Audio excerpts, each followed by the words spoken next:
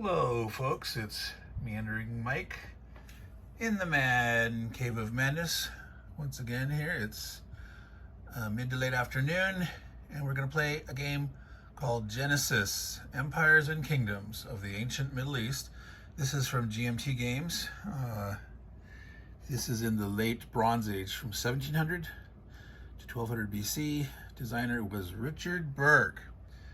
Now, I'm going to play the introductory scenario, solitaire scenario that is a very minor subset of the rules. And there's a reason I'm going to do that, is that the rules on the combat seem somewhat complicated. And there's some parts that aren't written as well as they should be. It's very easy once you get the handle on it. It just makes sense and it flows easily, but it can be a little daunting at first. It's like, what is going on here? So I'm going to give you a quick look at here. These battle odds and shifts table and percentage loss table here is like, oh my God, what's going on? Well, we'll show you, and it's easy. This is a one-turn game here. The game is going to consist of 4 activations. Normally in a multiplayer game, you'd have 1 activation per each player, determined by an initiative order. And then once each player's had 1 chance to do an activation, then you would draw activation markers from a cup to see who goes next. So it's a chip pull game in that sense, but you have at least get a chance to get 1 turn before anyone else has a chance to get 2 turns on you. So that's a nice little thing. So, but in this solo game here, it's just the 4 activations straight for that single player for our 1 turn.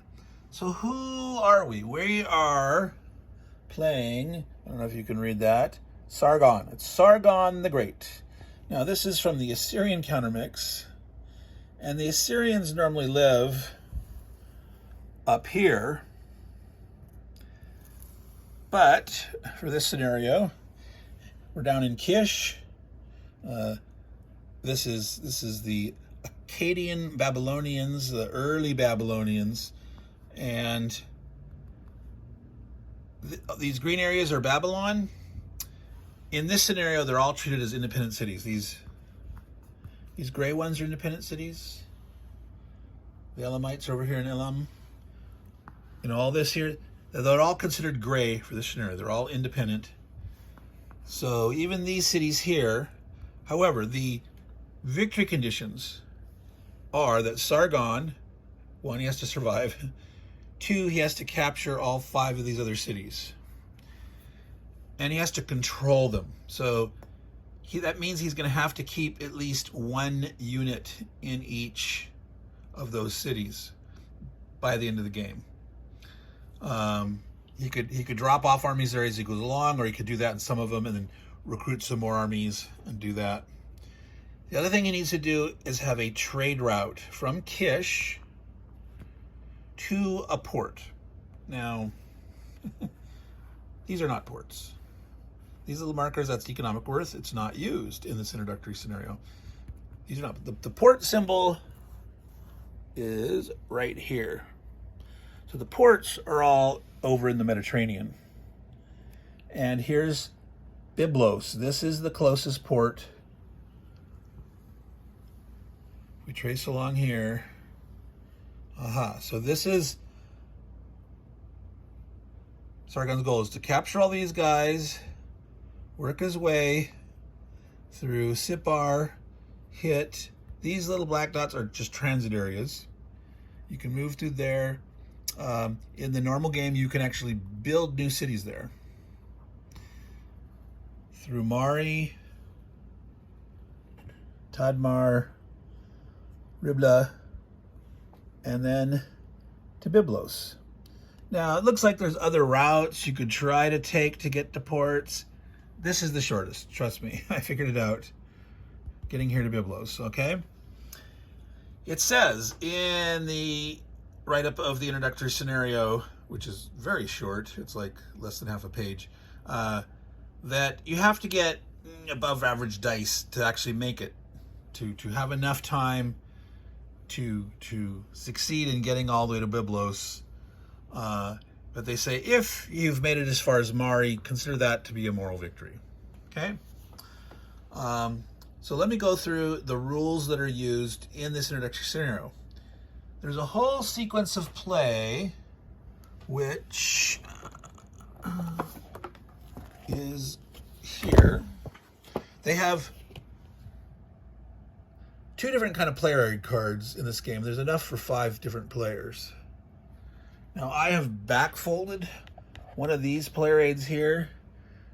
The player aid 2 has the combat stuff on it. Well, this is on the back. This was in the middle, and I was having myself trying to flip and flip open and flip and flip open. Just did not make sense. So I backfolded one of these things to keep this open all at the same time, so I can see these 2 charts at an easy glance. Okay, normally I don't like backfolding stuff like on the spine of a book. I don't like backfolding, or magazines or comic books. It's a no-no. But anyway, the abbreviated sequence of play. All of this, you don't do all of that. You have not even a full activation phase. You only have action segments. All right? So each of these activation markers over here, 4 of those are going to be 4 separate action segments, and that's it. So all this stuff dealing with wealth and succession, manpower, isolation, all that stuff, it's not in this introductory scenario. So this is a great way to learn the basic mechanics of movement and combat, all right? So within an action segment, you have some variety. You have 1 major move, 2 minor moves, and 1 recruit action. Now, you can't play cards in this introductory. It says that. There are no cards, there's no paying, there's no silver, okay? But you can still get a major move, 2 minor moves, minor actions, which in this case is only going to be a minor move because some of those minor actions are not allowed, or a recruit action. You can do those in any order, okay? You can do those in any order. The only requirement is you cannot stop in the middle of a move. So if you're starting a major move, you cannot in the middle do a recruit action and then continue your major move, okay? So in the full game, you normally grow armies using manpower, and you raise armies. You raise infantry, and or you buy chariots. There are no chariots in this introductory scenario. Recruiting that is done here in the action segment can be done in cities that are not in your home country, and it normally costs money, and you can do it 2 infantry per city. In this introductory scenario, remember that these are considered independent cities.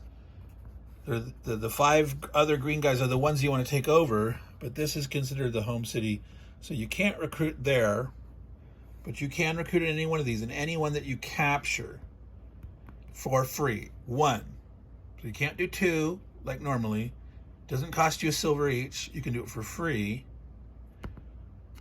after you've captured it. Now, how do you capture cities? Each city has a strength, and there's not a number on the map. That would have been easier, but it's the symbol.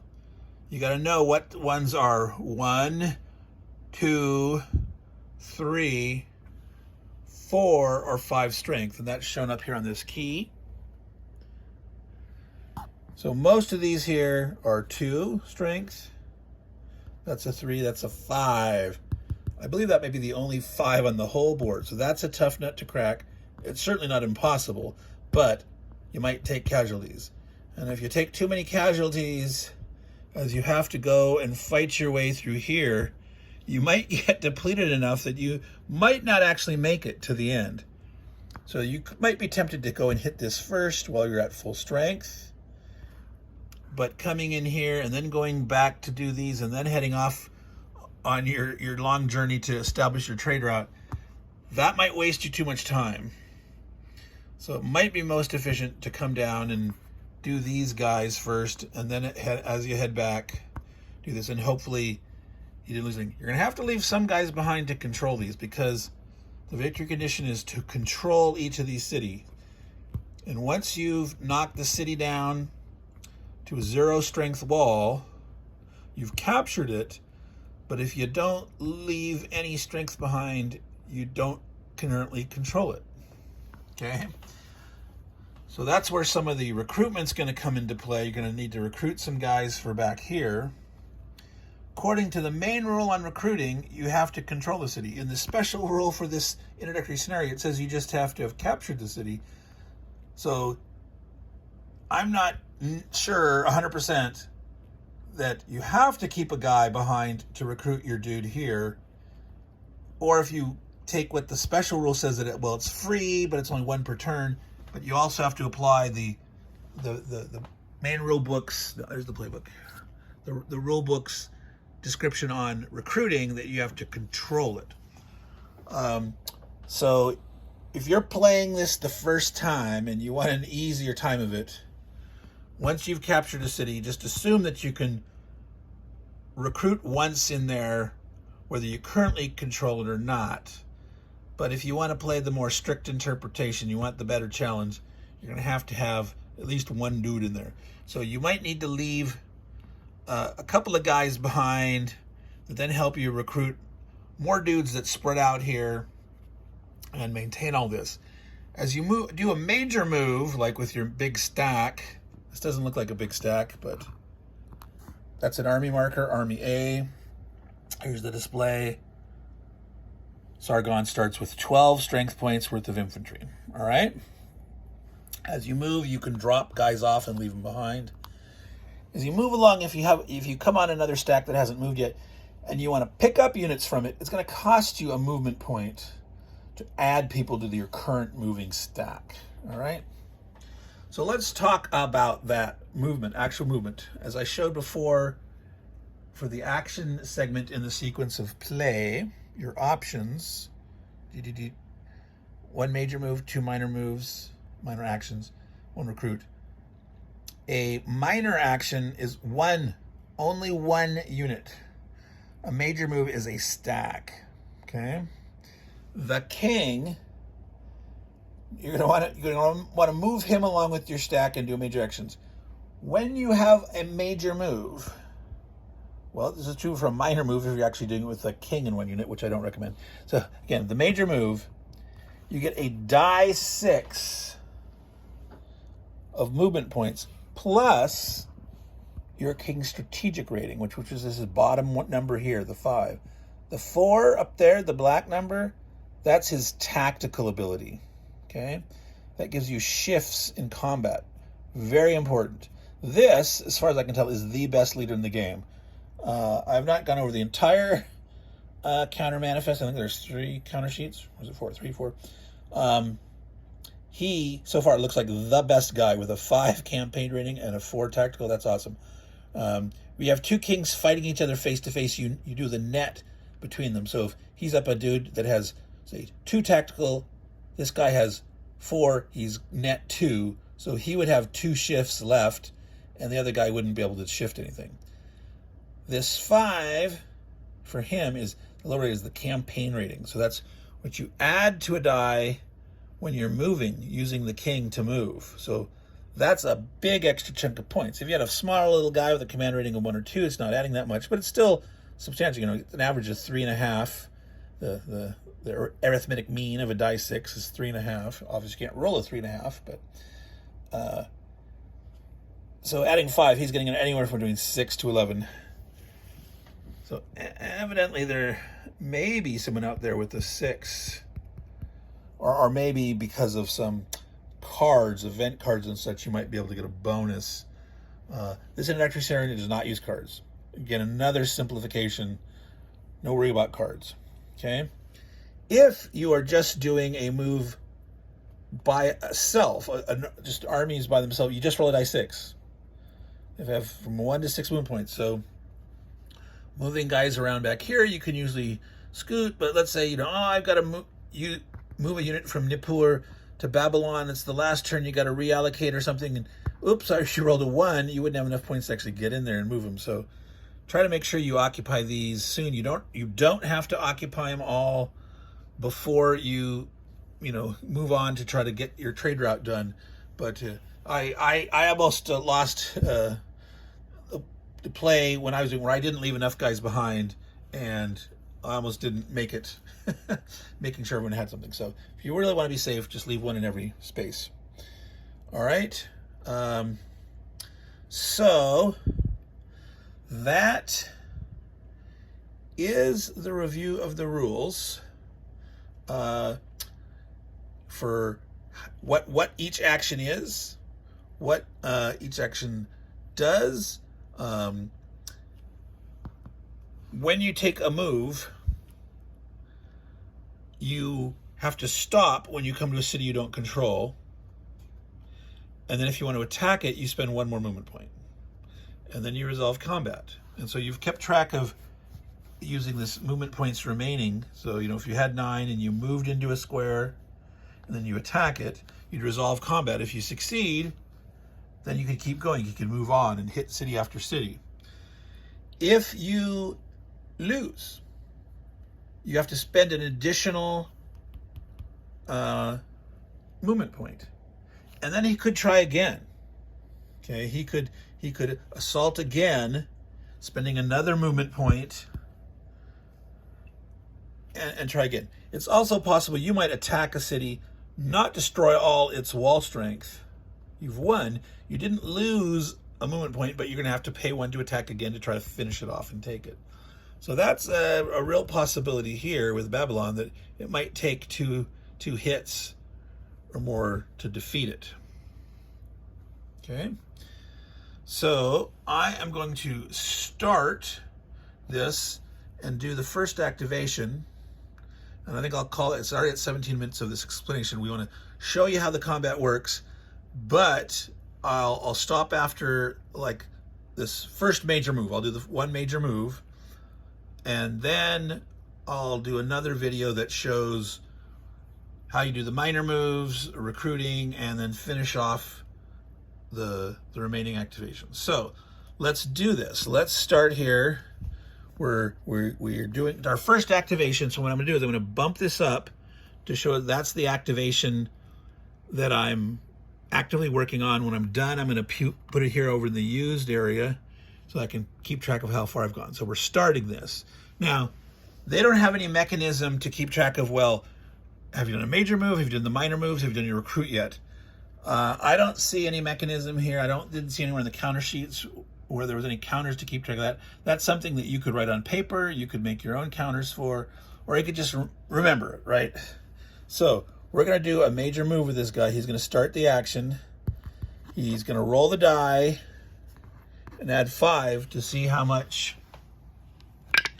he's got. So 2, 7. So a little below average.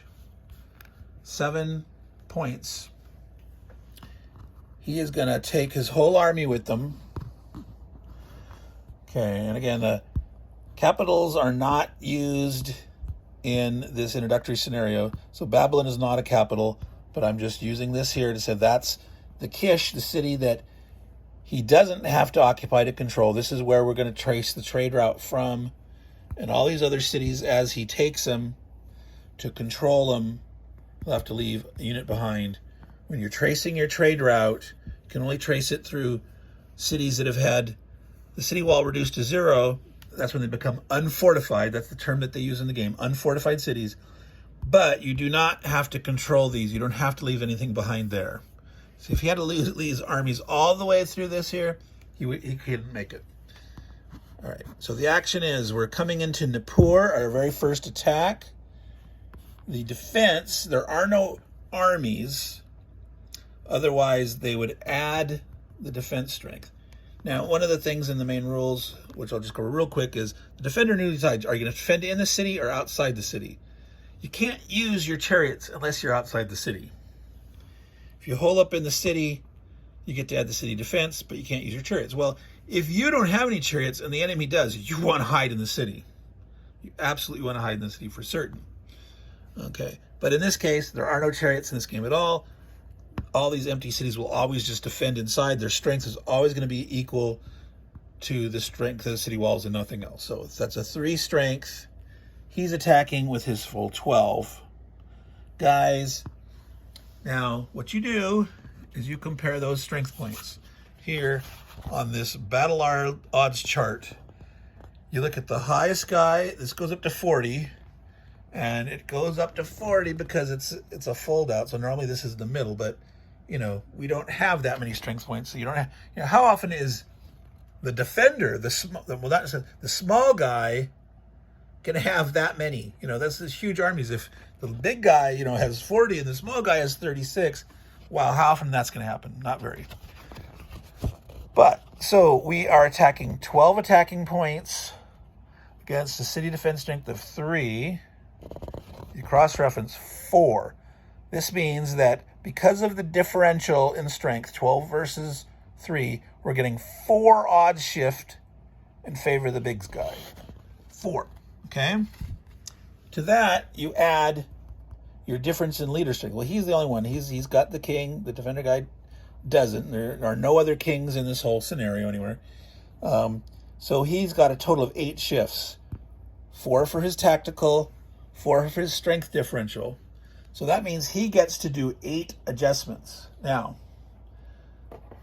the way you do this is the defender rolls a die. The attacker rolls a die. The side that has shifts can put their die up or lower the enemy's die.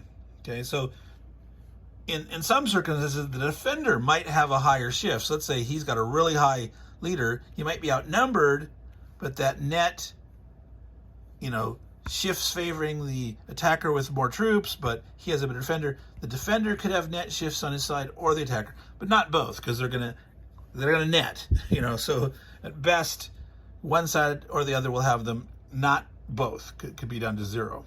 Okay, so you're gonna roll the dice, and the defender's number is saying, Mr. Attacker, you're gonna multiply my number times 10, and that's the percentage of your strength you will lose. And the attacker, with his number, going to multiply that times 10 and says, you lose this. So if this was a battle at even strength, no shifts, and this was the attacker's roll, the defender roll, the attacker would make the defender lose 20% of his force, defender would make the attacker lose 50% of theirs, and the defender would win because they did a higher percentage loss. It doesn't matter what the net number is underneath. It's that if you made them lose a higher percentage, you win the battle. Okay? Now, because of these shifts, you can shift a number as low as 0 and as high as 10. So the attacker has 8 shifts. So let's go ahead and roll. I didn't roll those, did I? Or did I? I assume I did. Okay, I can't remember already. Let's use this as an example. The most important thing is to take the city. You also don't want to take losses. He doesn't want to waste time having to hit a city twice. So to capture a 3 strength city, you have to look on this percentage loss chart. A 3 strength city will lose 3 strength at 90%. You have to get 90%, okay? So to get 90%, only having rolled a 2, he'd have to use 7 of his 8 shifts to make that in 1 round of combat, losing the whole thing. Well, that means he has 1 shift less. He could lose this a 4. With the 4, he would lose 40% of his attacking force, which is 5 units, okay? So I'm going to reverse what I said. In this case, if the attacker with these numbers wants to beat the city, he'd be basically, you know, committing his guys really hard, doing a major assault and blow the walls away in 1 round of combat, but he would lose 40% of his strength. So he could instead say, well, I'm going to make sure I don't take any losses. If I reduce this by 5, I have 3 shifts left. This could put this up to 50. 50 against the 3 is 2. That means, wow, I can kill 2 of the 3 strength. And because of the number of shifts I have, and I could reduce this to 0, I could take 0.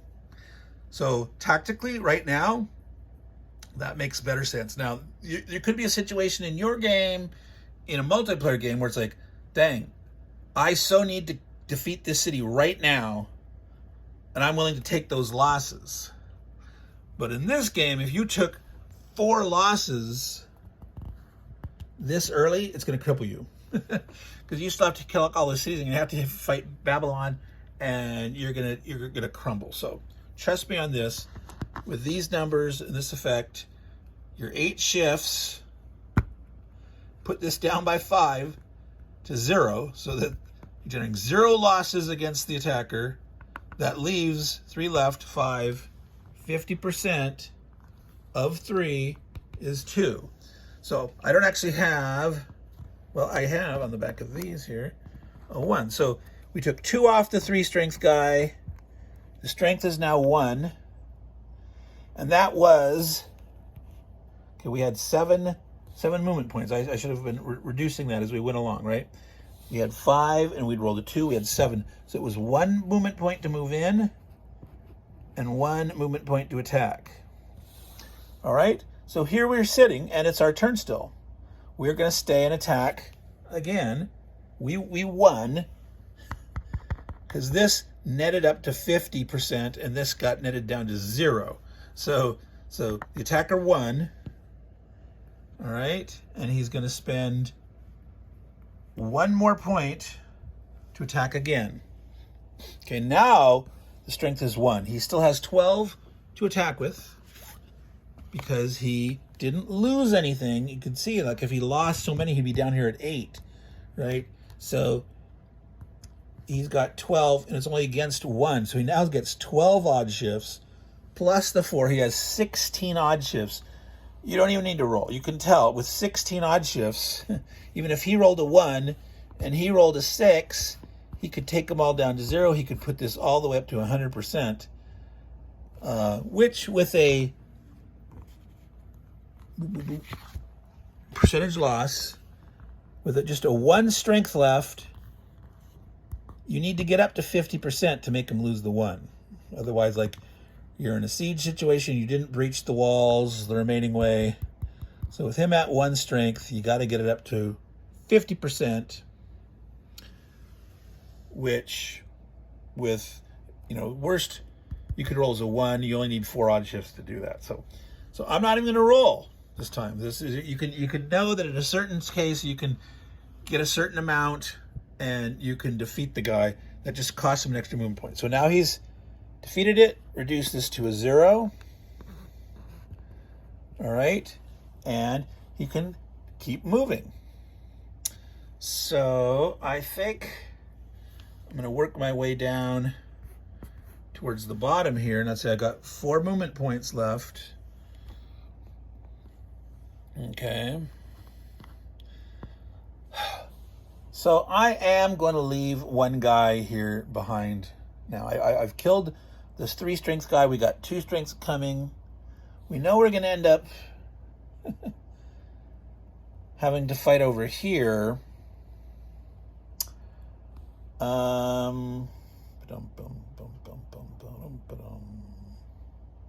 Yep. You have to finish this major move before you can think about doing anything else. So, it's all right, blocking the view. Gonna move 1 to here, taking off a movement point, and we're attacking. So, oh yes, I was gonna leave 1 behind. I was gonna leave 1 behind. All right. So now we have 11 strength left in here. 11 against a 2 strength city.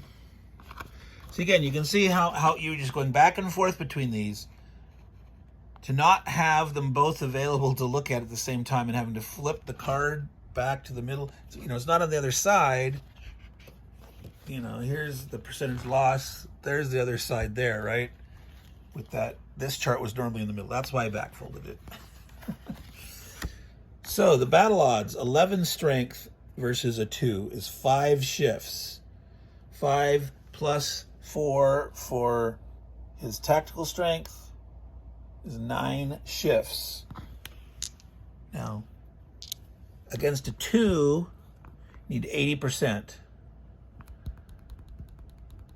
Okay, with 9 shifts, you can guarantee that you're going to do at least 80%, but you can't guarantee that you take no losses. So we're going to have to roll the dice and see what happens. You're going to have to make a decision on how many losses to risk. Okay, so big bloody fight, as you can see there.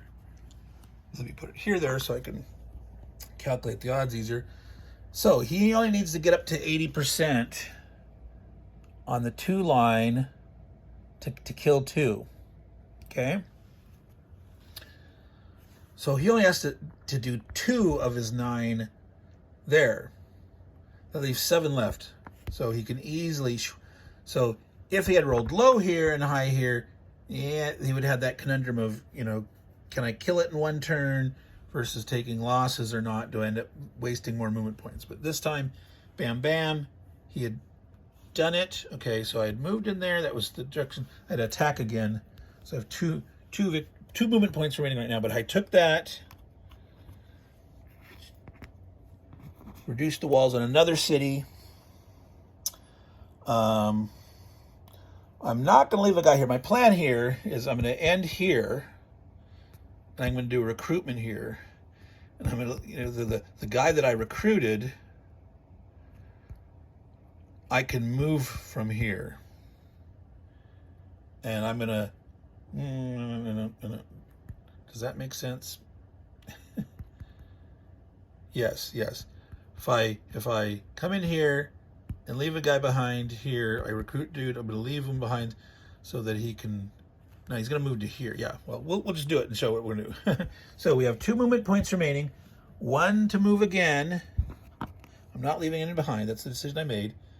I'm here. I'm using my last movement point to attack. So that's the same odds that we had before. 11 strength versus a 2 is 5 shifts, plus our 4 tactical is 9 shifts. Roll the dice.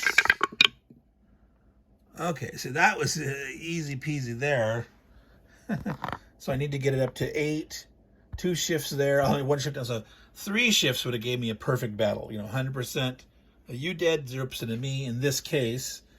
But if they had flipped the other way around, that would have been, you know, a painful one. That's why the dice. You talk about the dice and the overall between how far you can move and how good your dice are in the battle. Are you going to lose too much? Do you have to spend more time, you know, doing easier, longer sieges, but preventing the losses? Okay, so we finished the major move. We have a recruitment action and 2 minor actions. The only minor action that's allowed in this introductory scenario is a minor move.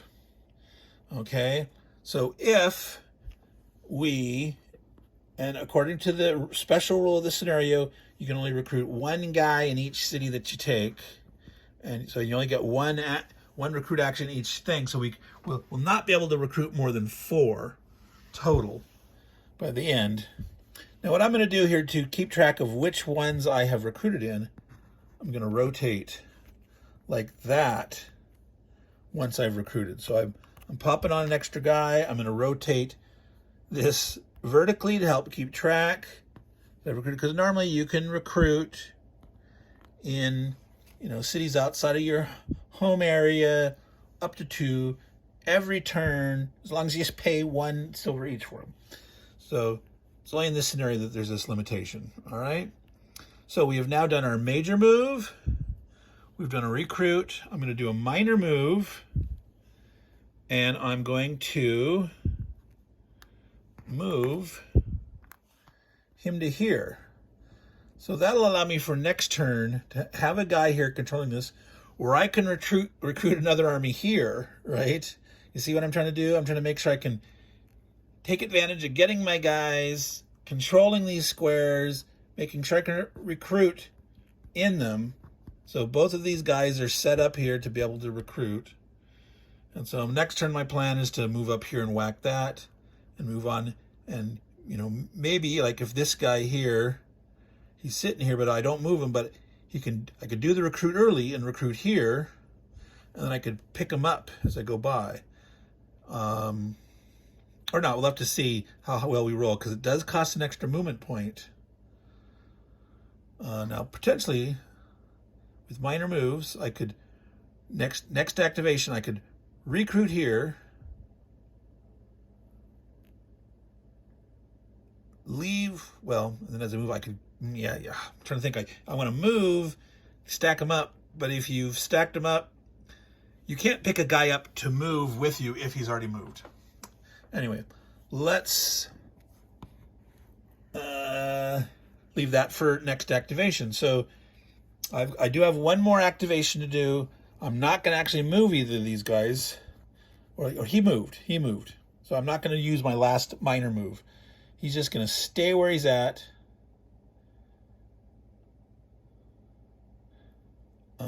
Unless, there we go. See, we're going to have to leave a guy behind here, or move one back later. Oh, my brain. We'll stick with what we got here now. All right. We're going to call that quits for this activation. I've finished this one. I've moved it here. We're going to start activation 2 next. I'm not going to do that. We're at 36 minutes. I'm going to cut this short. We've done one activation. I did a lot of explanation of the rules, some of the strategy, what we're trying to do. So I'll do another one probably tomorrow, because later tonight I got to do the giveaway video. So pay attention to that. If you've already subscribed and liked and commented on that celebration of 50+ subscriber video, that will be going out tonight. And if you still have an opportunity to do that on the 100 subscriber celebration giveaway video, you can find that one.